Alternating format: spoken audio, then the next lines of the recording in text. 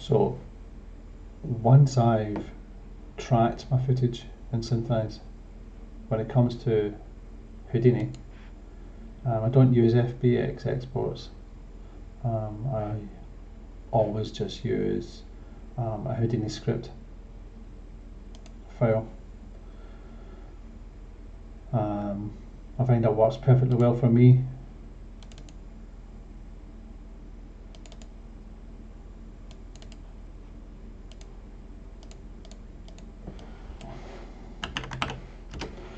And that will give me some options here. Again, wanting to make sure my starting frame is going to match the footage I've used, the way I've tracked it in Syntheyes, the way I've exported it from a Fusion exporter, and I'll leave everything else the same. Max exported trackers. If you leave this at 0, then it will export all of them. So if you've got hundreds of trackers, that could be quite a lot, but because there's not too many, leave that at 0, exports it. The trackers I used in your example, which were all supervised trackers, there was no automatic tracking going on there. And then obviously within Houdini, it's simply run the script, find the script I exported,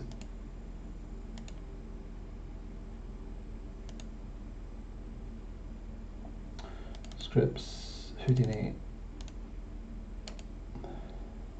run it. So here's how it looks in Houdini. And if we look through the camera, we've got a point cloud.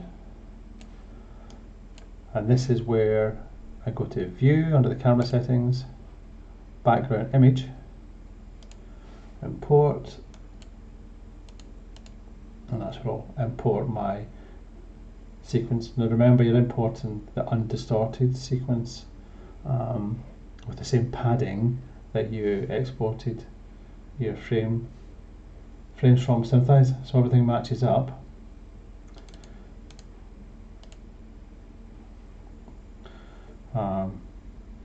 Yeah, often just setting the color correction to untone map so you get a better view when it's working. And again, this is just for reference. We're not actually wanting to do too much here in terms of what we're seeing. Okay. Yeah.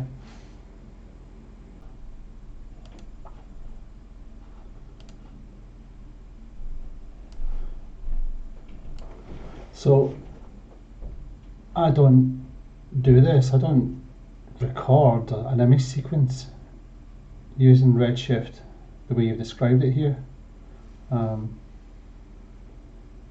I think you're talking about loading the image sequence into the background part of the render view, but that's not what I do. Don't do that there. So I've got the sequence already saved using one of Syntheyes' export commands, usually to Fusion for myself is what I use, and then I export an undistorted image sequence JPEG to use in Houdini, for example, which is going to be a proxy. I usually sort of half it or quarter it. Sometimes if it's just not too big a frame, I just leave it as it is. So that's the background frame that you're seeing here, just exported from Syntheyes as normal. So answering your first question, we do not have the use of number 1 here. Okay, shadow catcher. I'll show you how I catch shadows and render a beauty pass, and I've had a go at using the emissive object and also a reflection pass as well. So hopefully that might be of help to you. So this is set up for beauty, and if we just render off a pass here, You can see what I want is a colour with an alpha. That's all when it comes to beauty. Okay. And the way I set it up is if we take the light first of all. So I'm using a dome light, and in my case I'm using an HDRI that I shot using my Ricoh Zeta sitting where the character is at the moment. If we enable in viewports, you'll see this is what the actual HDRI is. Just making sure that obviously it's transformed in a way that fits. Okay, but the things I do here is, let me go down to the contribution. So contribution to the camera, set that at 0. Okay, and then if we look at the test object in here, so we've got a material tag, setting up a render net. Inside the render net I've got a standard material. Okay,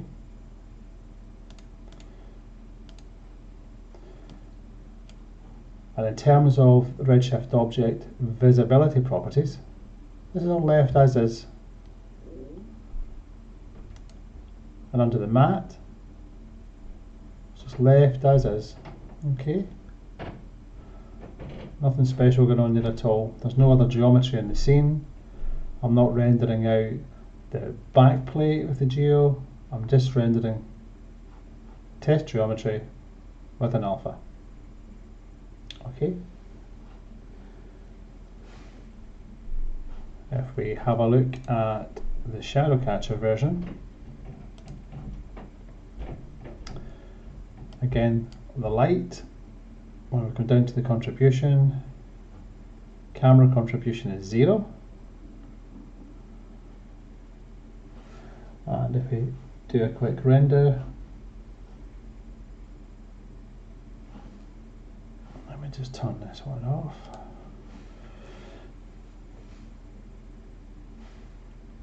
Close down the beauty pass.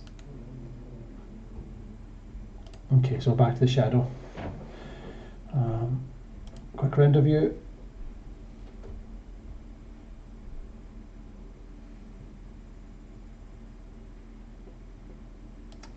So when we look at the color channel in the shadow catcher setup, you see there's nothing. However, when we go to alpha, you see we have this. Okay, so we're going to be using this alpha later on in compositing.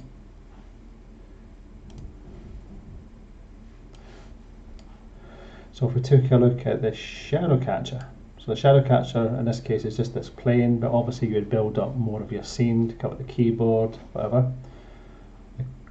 The tags on the shadow catcher, if we look at the visibility, just primary ray.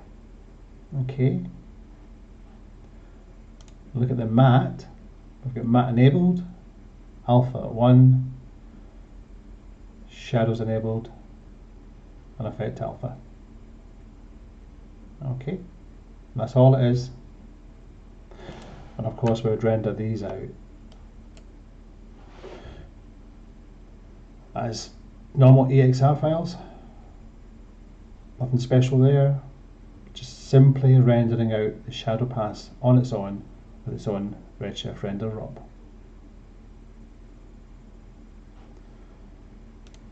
Close that one. This one is the reflection pass. So once more, the light, camera contribution 0. The reflection catcher is just the shadow catcher, but with some differences. So the visibility is set up as you can see. Primary and secondary rays enabled, cast shadows enabled, and cast reflections. If we look at the matte options, we've got matte enabled and only apply to secondary rays. Reflection scale in this instance is turned up to 1. I'm not enabling that. And what I've done here is, again, we've got a material node, material network, and here, standard material, base color, weight set to 0, the reflection set to 1. In this instance, I've got the roughness set at 0, but it might be that you want to add a bit of roughness in there to mimic the roughness of the surface that you want your reflection to appear in. And if we do a quick render of this,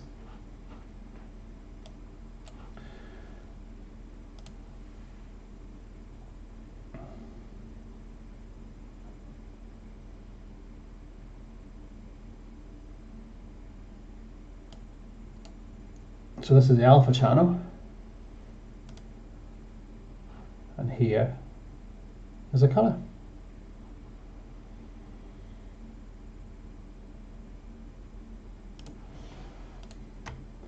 Once again, render ROP set up specifically into a reflections folder. Everything just left as standard, using EXRs. Good to go.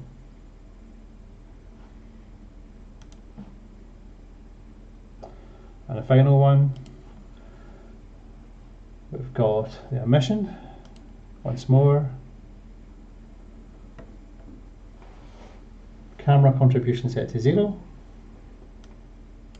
The emission catcher. There's your visibility settings.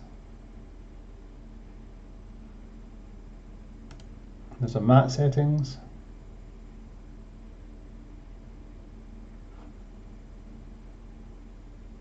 And again, simply rendering out a sequence into its own folder. Although I haven't set a folder up here for it, but it would just be doing your own folder as normal that I'm sure you're aware of. Okay. That would be emissions, wouldn't it? Let me see. The emissions folder. There you go. That's it. So that's the portion that I use generally, using the workflow from Syntheyes into Houdini. So in terms of compositing, I use Fusion Studio, and from within Syntheyes, what I do is I make sure that anything I do, Fusion export, and you're exporting as a Fusion composition, if that's what you use.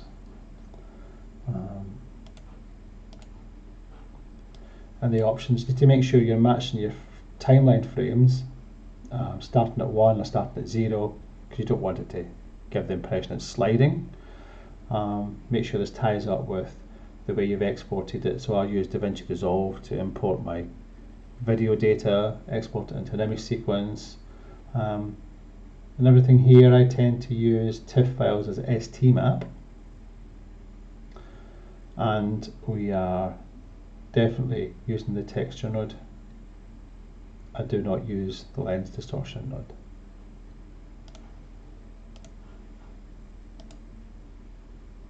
So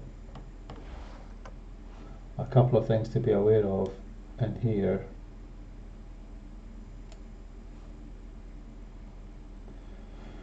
So here's a final result.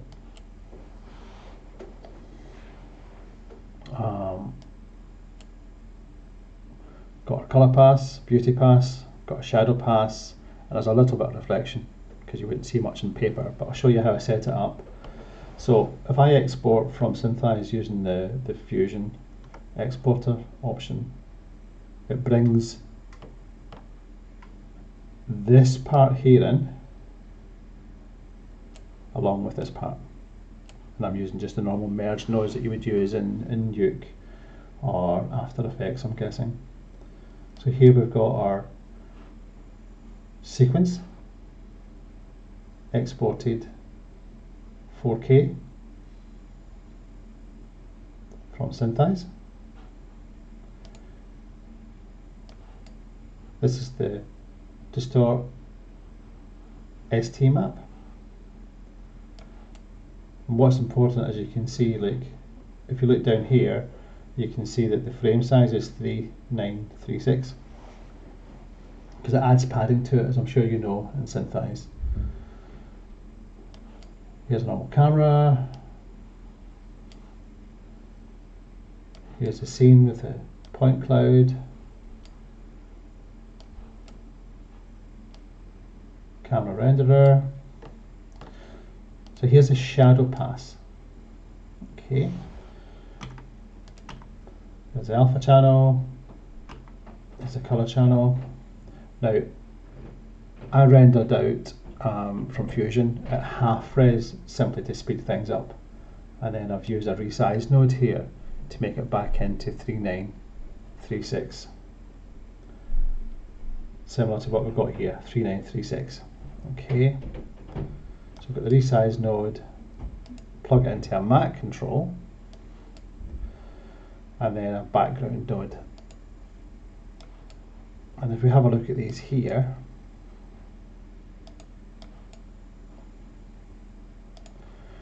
my Mac control, I can change the thresholds, and the background, I'm using this to colour pick from the colour of the shadow, just so it matches a bit better. I'll just pick this over here. So we've got that, and then we have our reflection. So if we have a look at this one, again it's just the output from Houdini. There's the alpha, there's the colour, bringing this in,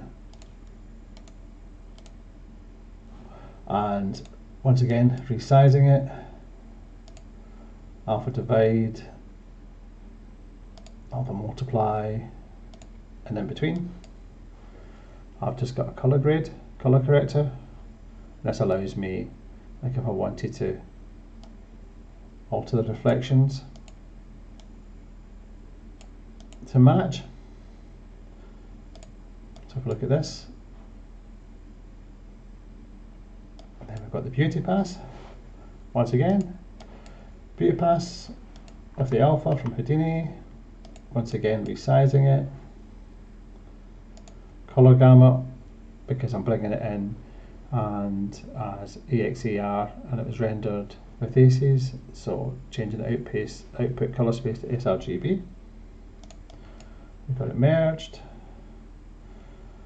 and I've not added the glow, or the other option you wanted here. You wanted an emission, but the emission would just be the very same in terms of setting this up. Then we've got a camera redistort node, brings it back down to 4K. Okay, so here's the different nodes, and that's what I do. That's it. Obviously you do what you want in terms of making it sync into your background plates, degraining, adding grain, any effects you want to do, and then we would output it. So I hope that helps. In terms of the merge modes in Fusion, when it comes to the shadow, it's a simple over, normal and over.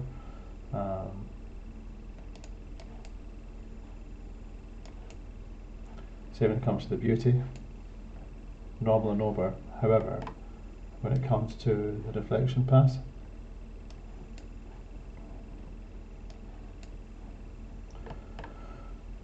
and remember we can change the gain, the gamma.